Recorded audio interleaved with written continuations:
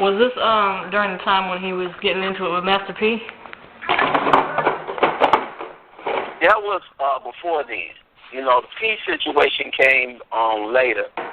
As far as what and what I tell I'm being transparent. I'm trying my best to channel him and say what he would want me to say. And so, I just hear a voice like, him telling me, tell it like it is. Tell it like what I told you at that point in time. And, too, things change. You can feel a certain way one day, and then another day you can feel a different way. But that was before the P incident. But it was along those, this may have been, I would say, 3 weeks before then. So it was real close because shortly after that, that's when the incident, the situation happened with him when he was over at the hotel. Mm-hmm. And they came up in the hotel room, What did he tell you about that incident? Huh? What did he tell you about that incident? He just told me that, P ran up in there in the hotel room on him with some goons. And I was like, Pimp, and Pimp, man, let me explain. He is the most, to me, as serious as he is a real colorful, he was a real colorful human being, so the way he would get his stories across and how he was just so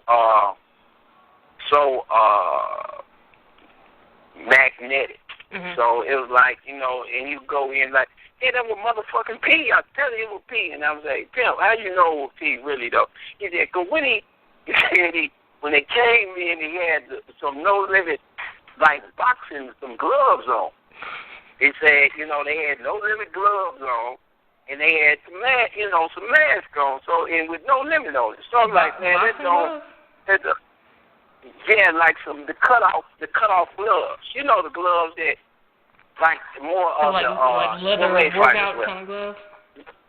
Right, yeah, UFC fighter kind of gloves. So I'm like, and I guess he was getting agitated at that point with me because I'm like, man, come on, Pimp, I know that one.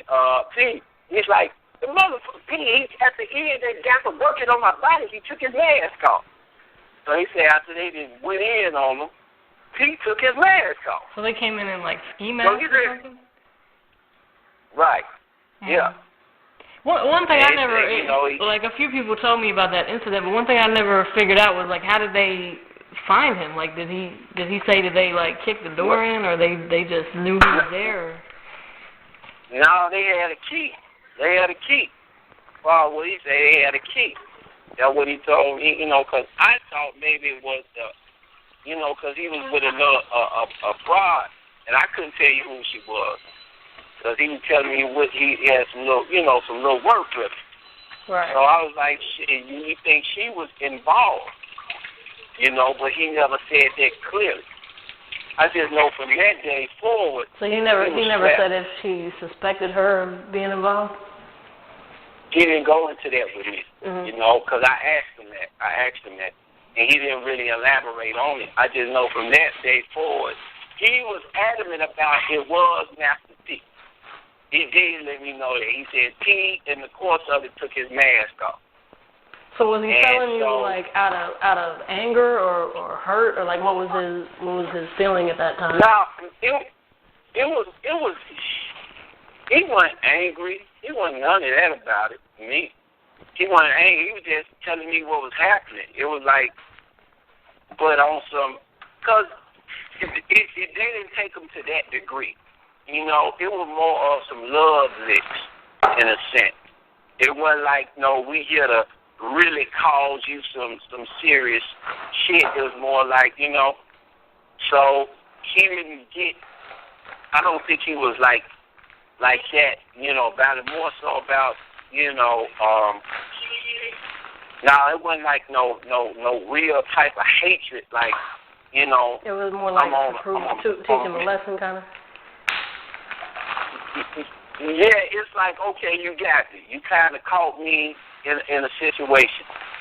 And, you got me in, so, okay, everybody have a day, And I think that's what it was. It's kind of like shit, water under the bridge to me, but that shit ain't gonna happen again. You know, like I said, because from that day he was, you know, every time I saw him, he was strapped. Mm-hmm. And I remember running up on him in Vegas, and he was even at the crib out there with Jay, and he was strapped. He was sleeping with a pistol on him, you know. So it wasn't just like the pistol was on the desk or under the pillow cover. No, he had a pistol on him. So that was like shortly after that happened? Yeah. So his senses were heightened at that point. Did that put a delay on like him recording? Like, did it kind of set back that album they were working on? I don't know. I can't say that. All I know, it didn't seem like, as far as like in his energy, it just seemed like he was more aware. It's like he had this thing like, okay, I watch everything now. I don't take shit for, you know. So he was more aware. Mm-hmm. But I didn't see it delay the hustle, you know, because he was still money talk, you know, about, you know, getting to the paper and doing what he had to do. Did he say if you know, did they do anything to the girl?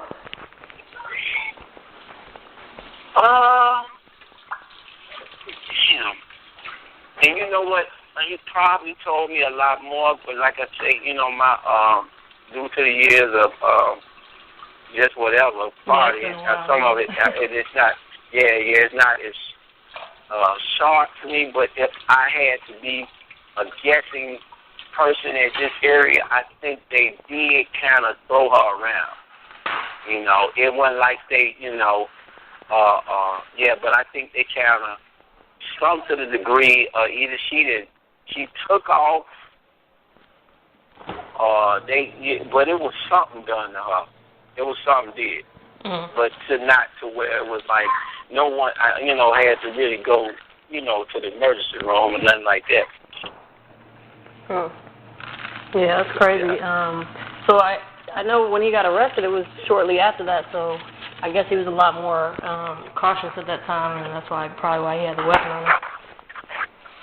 Yeah. From that, every time I saw, like I said, when I saw him in Vegas, he literally, he was sleeping on his back, and when I came in the room, he had the Glock on his chest, and he was asleep. You know, so it did do that. He definitely was heightened. Mm-hmm. He was on orange. He was definitely on orange. So, you know, but as far as like the personality and him feeling like paranoid to that degree to where he couldn't enjoy himself, I didn't see that at all.